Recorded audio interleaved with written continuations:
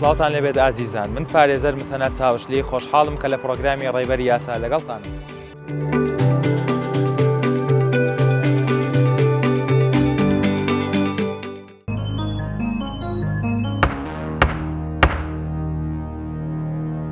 سڵاوتان لێبێت ئازیزان، خۆشحاڵین کە لە تەوەری ئەم جارەمان پێتان گەیشتمەوە، ئەویش کە باس لە بابەتێکی گرنگ دەکەین، ئەویش چۆنیەتی بەرزکردنەوەی داوای جەزاییە لەگەڵ پارێزەری ڕاوێژکار عوسمان ساڵح تاها کایانی. زۆر سپاس ئوستاز بۆ دەرفەتە، سپاس بۆ کاتبەخشینت، بەخێر بێی سەرسانم. زۆر سپاس بۆ ئێوەش و بۆ کەناڵەکەشتان، سپاس بۆ میواندارێکەکان، دەستان خۆشویست. زۆر سپاس، بەخێر بێ یاخوا. ئوستاز پێم خۆشە لەو پرسیار دەست پێ بکەین، ئایا چۆن داوای جەزایی دەجوڵێندرێت؟ بەڵێ، سەرەتا سوپاسان دەکەم، زۆر سپاس بۆ ئەم بانگێشتەی بەڕێستان بۆ قسەکردن لەسەر چۆنیەتی بەرزکردنەوەی داوای جەزایی. ئاشکرایە لە قانونی ئوسولی محاکەماتی جەزایی واتە بنەما سزاییەکان لە مادەیەکدا هاتووە بە تەفاسیل شەرحی بابەتی چۆنیەتی بەرزکردنەوەی سکاڵا کراوە. هەر وەکو باس کراوە دەڵێت تحرك الدعوة الجزائية شفهيا أو تحريريا من المتضرر منه أو نص قانونية كيتي واتا واتا داوای جەزایی واتە سکاڵا کاتێک تۆمار دەکرێت بە شێوەی لایحە و عەریزە وەکو پێدەرێن باوە لە ناو مەحاکم، یا بە شێوەی شەفەهی و دزارەکی ئەتۆ دەتوانی شتێک ڕوویداوە، جەریمەیەک ڕوویداوە، تۆ دەتوانی بە دەمیش بیگەێنی بە ئەو سوڵتانەی کە پەیوەستن بە لێکۆڵینەوە و تۆمارکردنی سکاڵا. تەنها وەکو گوتمان ئەو کەسانی کە بەرپرسن لە وەرگرتنی بڵێن سکاڵا، یەکەمیان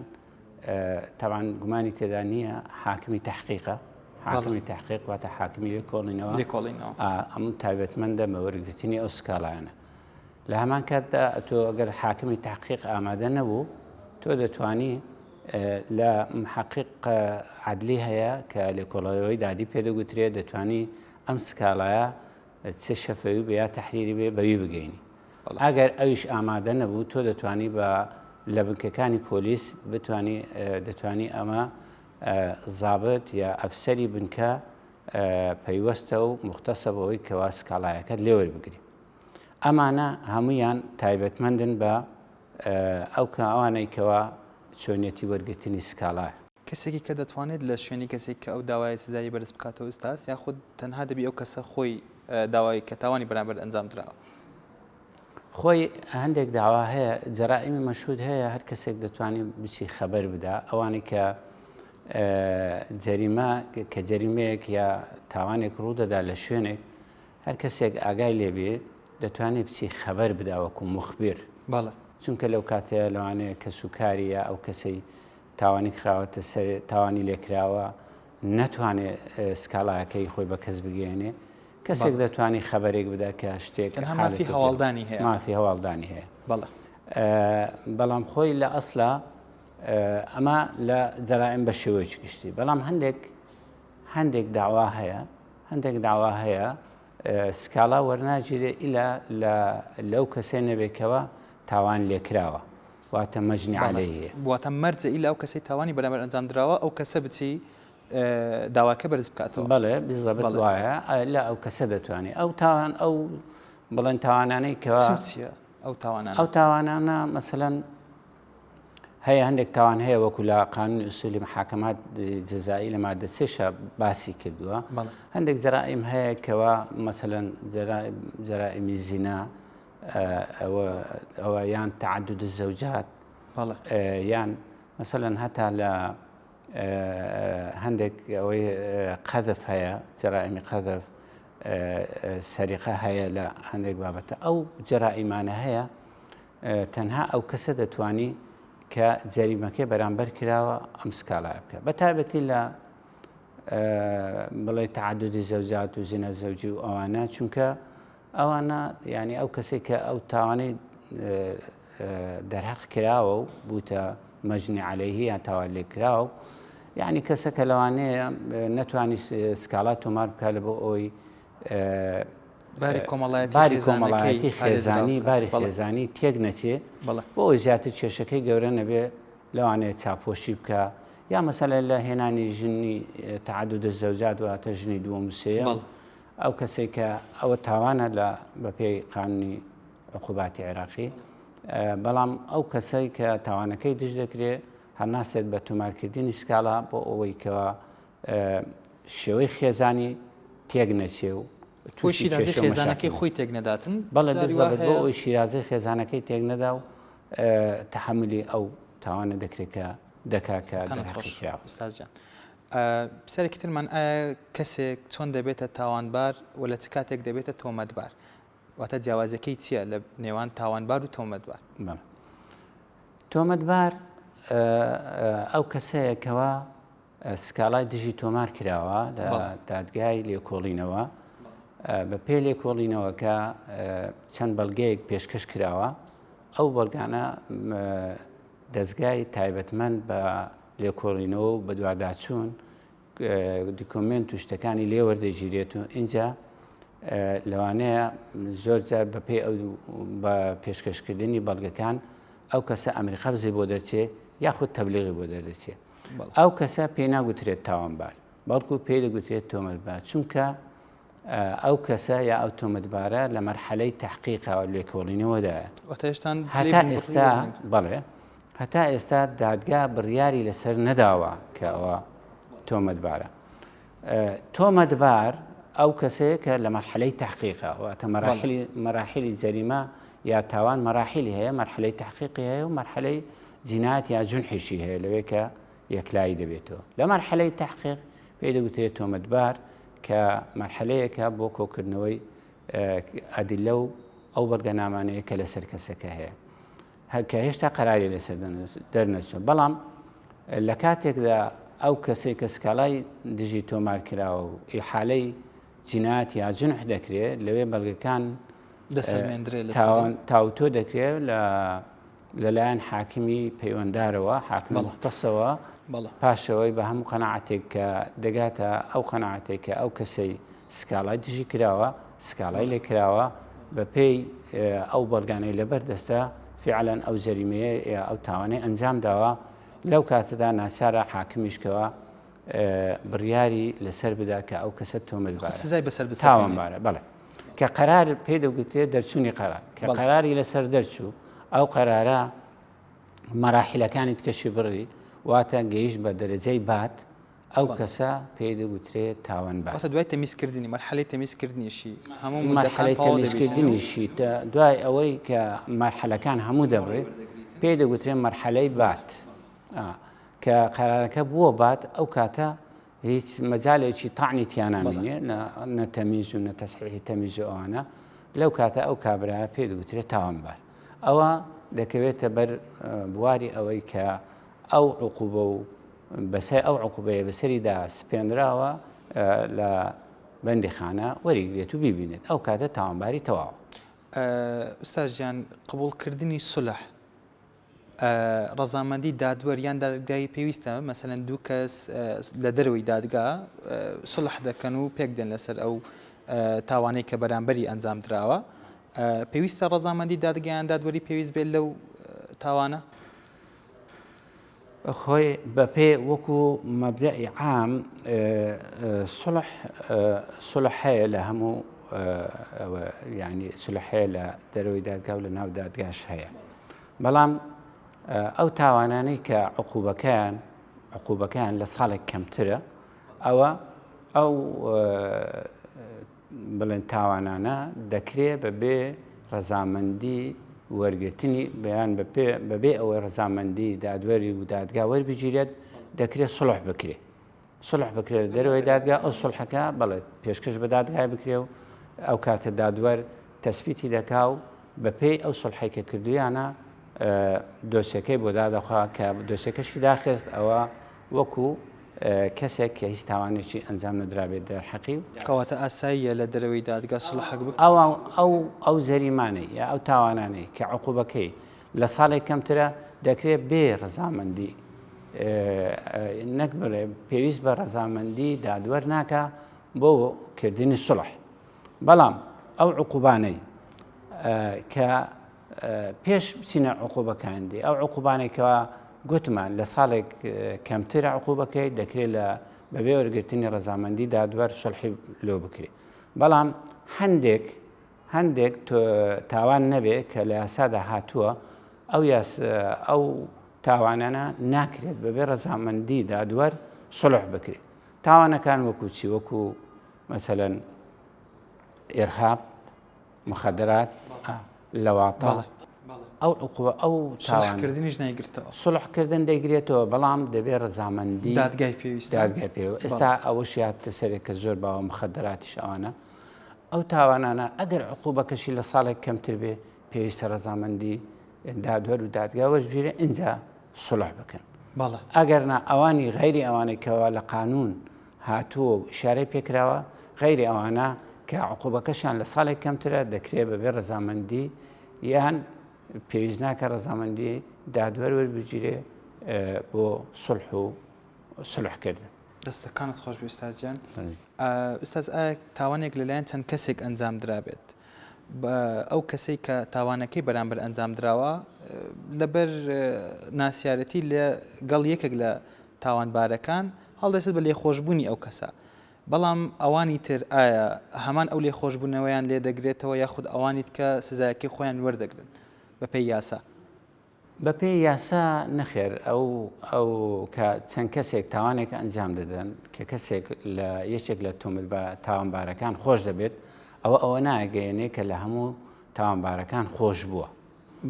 بەڵکو ئەم سڵحە تەنها ئەو کەسە دەگرێتەوە کە تاوان لێکرا و لێ خۆش دەبێت. ئەم لێ خۆشبوونە بینە سەر ئەوەی کەوە هەندێک ئیستیسنا هەیە جیالەوە کە مەسەلەن لێخۆشبوون ناکرێت کە لەیەکیان خۆشبی لەوانی دیکە خۆش نەبی. دەناوەکو مەبدەئی عام ئەوەیە کە کەسێکە لە کەسێک خۆش دەبێت تەنیا ئەو کەسە دەگرێتەوە، چونکە ئەو تاوان لێکرا و حەقی مافێکی شخصی خۆیەتی دەکرێت لە یەکێک لە دوان لە تۆمەتبارەکان خۆشبی لەوانی کە خۆش نەبی، لە یەکی خۆشبی لەوانی کە خۆش نەبی. بەڵام لێخۆشبوون لە تاوانبار لە مەرحەلەی جەزایی ئەمە ئەوە ناگەیەنێت کە لێ خۆش بووە لە مافە مەدەنیەکانی، لەوانەیە لە ئەنجامی ئەو تاوانەیە ئەو کەسەی تاوان لێکرا و خەسارەتێکی مادی زۆریشی پێکەوت بێ. لێخۆشببینی لە داوا جەزاییەکە معنە ئەوە ناگەیەنێکەوە لە داوا مەدەنی مافە مەدەنیەکەی خۆی خۆش بووە. ئەمە لەلایەن لای دووەم هەندێک تاوان هەیە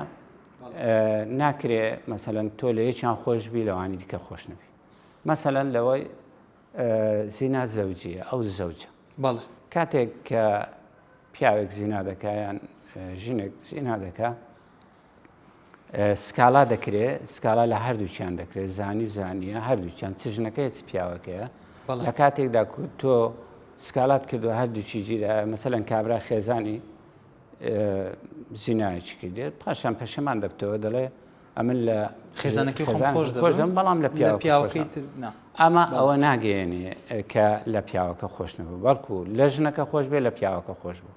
لە پیاوەکەش خۆش بێ لە ژنەکەش خۆش. کەواتە لە هەندێک سزا لە هەندێک تاوان لێ خۆشبوون تەنها لە بۆ هەردووکیان دەگەڕێتەوە، بۆ هەردووچیان دەگەڕێت. لە هەندێک جۆری تاوانیش نەخێر ئاساییە کە ئەو کەسە لە یەک تاوانبار خۆش بێت، بەڵام ئەوان لێ خۆشبوونەکە لە بۆ ئەوانی تر نییە لە بۆ تاوانەکان ئەنجام دەزەبێت. ئەو هایە دەتوانێت لە کەسێک لە کەسەکان خۆش بێ، بەڵام ئەوە ناگەینێت کە لە هەمویان خۆش بێ. بەس وەکو باسمان کرد ئەوە لە زینا زەوجی ئەوانە ناکرێت لە یەکیان خۆشوی لە یەکێکیان خۆش. ئوستاذ جان لە ناو کۆمەڵگەی خۆمان زۆر جار جێمان لێ دەبتەوە کە سزای شەو و ڕۆژ هەیە، بەڵام لە ڕووی یاسایەکەوە ڕەنگە زانیاریکی ئەوتۆ نەبێت. سزای شەو و ڕۆژ مەسەلەن بۆی کە کەسێک 10 ساڵ سزا دراوە دەڵێن ئەو جۆری سزایە لە 24 ساعات بە 2 ڕۆژ حیسابە مەسەن لە 1 ڕۆژ بە 2 ڕۆژ حیسابە مدەکەی کەم دەبتەوە دەبتە 5 ساڵ لەناو کۆمەڵگەی خۆمان ئەو شتە باوە ینی ئایا بە پێی یاساش ئەو شتە هەیە یاخود یاسا وەڵامێکی کەی هەیە نەخێر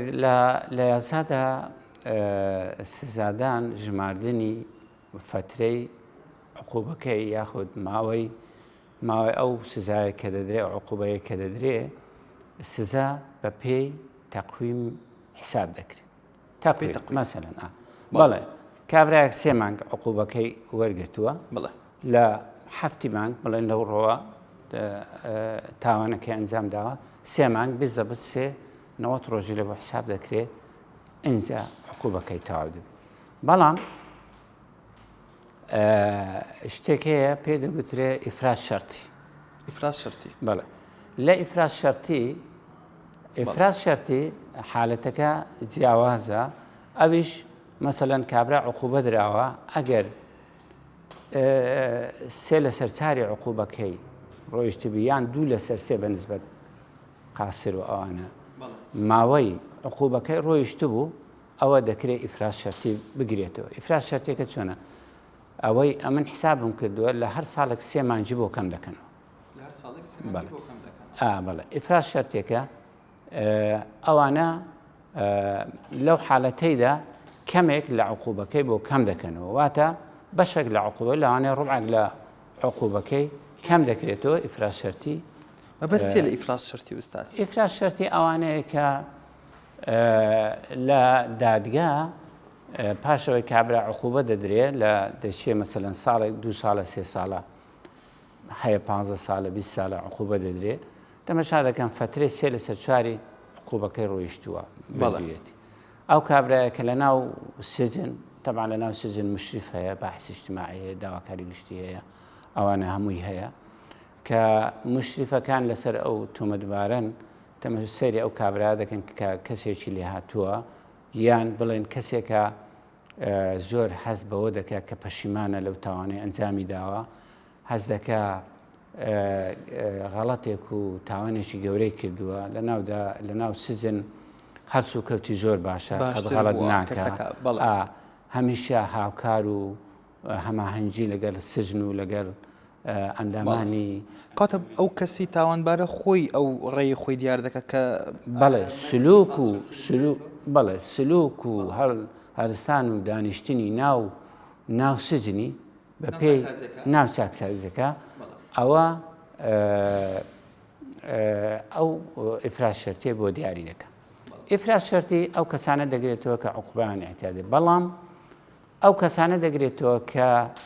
لە یاسا ئیشارەتیان پێکراوە بەڵام هەندێک عقوبە هەیە یا هەندێک تاوان هەیە کەوا لە یاسا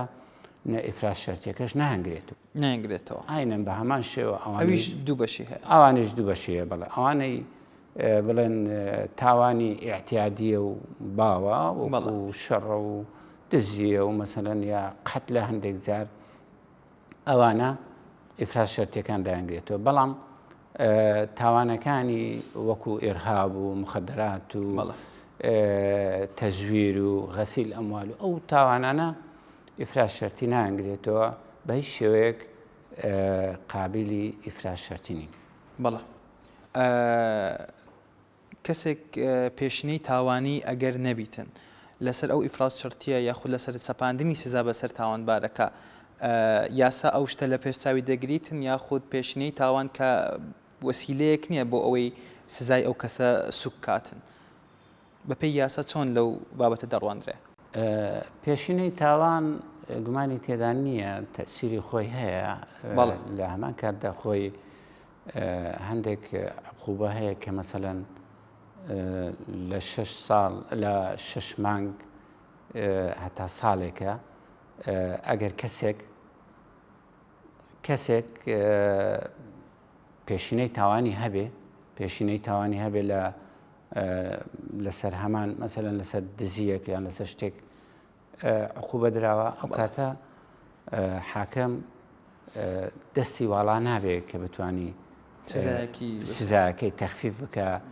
یان بۆی بکە هەندێک کە مەجای تێدا ئیقاف تەنفیزی بکە مەسەلەن حکم دەدرێت لە ساڵێک کەمترە بۆی بکاتە ئیقاف تەنفیس. بەڵام ئەگەر پێشینەی تاوانی نەبی و کەسەکە کەسێکی بە تەمەن بی و دادگا تەمەشای دەکات کە کەسێکە فعلاً ئەو تاوانەی لە دەست ڕوویداوە، بەڵام کەسەکە وەکو شکل و وەکو هەڵس و کەوتی دیارە کەسێکی هەز دەکات کە تاوانەکەی کردووە و پەشێمانە وی ئەوە نییە جارشکە بگەڕێتەوە ئەم تاوانە بدا لەوانەیە دادگا ئیقافی تەنفیزی بکە. بەڵام ئەگەر کابراایەک مەسەڵەن جەریمەیەکی کردبوو پێشینەی تاوانی هەبوو و تاوانەکان لە هەمان بابەت بوو، ئەو کاتە حاکم بە نەزەری اعتیباری وەردەگری کە ئەو کەسە شایانی ئەوە نییە بڵێ هاوکاری بکرێ و یارمەتری بدرێ یا ئیقاف تەنفیزی بۆ بکرێ. دەبێ حاکم واتە لەو کاتەدا دادوەر بەخۆی دەستکراوە نابێ کە بتوانانی هاوکاری و یارمەتی بدا دەبێت پێشنی تاوانی دەبەرەوەی پێشنەی تاوانی هەیە. بەڵام ئەگەر نەبێ بپێچانەوە ئەو دەسەڵاتی کراوەیە دەتوانێت ئیقاف تەنفیزی بۆ بکات، دەتوانێت حەدی عەلا و حەدی ئەقەلی هەیە، دەتوانێت کەمترین ماوەی بۆ دابنێ. ئەمە لە مەسلحەتی ئەو کەسی تاوانبارە بەڕاستی ئەگەر پێشینەی تاوانی نەبی. بەڵێ یاساش ئەو شتەی لە پێشچاوە وەکو دادوەرەکان بۆی کە یارمەتی دەربن طبعاً ئەوە لە یاسادا هاتووە و لە یاسادا کاری پێدەکرێ و ڕۆژانە دادوەرە بەرزەکان یعنی لەسەر ئەو بابەتانە و لەسەر ئەو کاری پێدەکەن بەڕاستی. ئستاجان ئەگەر تاوانێک لە دەرەوەی هەرێم ئەنجام درابێت، کەسی تۆمەتبار یا چۆن بتوانین داوای سزایەکی بەرامبەری بجوڵێنین؟ خۆی ئەو جەرایمانەی کە لە دەرەوەی بڵێن با بڵێن وەکو ئێمە لە هەرێمی کوردستانی لە چارچەوەی کۆماری عێراق داین، ئەو جەریمانەی بە پێقانونی عقوباتی عێراقی کە ژمارە 111 ساڵ 1969